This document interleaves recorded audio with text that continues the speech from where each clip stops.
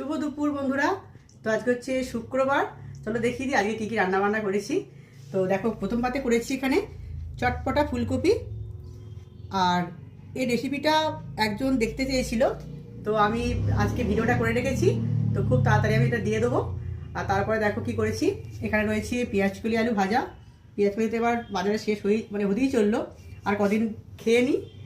আর দেখো বাকি রান্না পাঠিয়েছে বাপের বাড়ি থেকে। এই দেখো নিম বেগুন, তো এটা আমার জন্য পাঠিয়েছে। নিম বেগুন তো আর সেটা কেউ খায় না আর কি, তা আমি টাকায় খাবো। আর দেখো এখানে রয়েছে চিকেনের ঝোল। তো একটুখানি দেখাই ঢেলে, এই যে আলু দিয়ে চিকেনের ঝোল।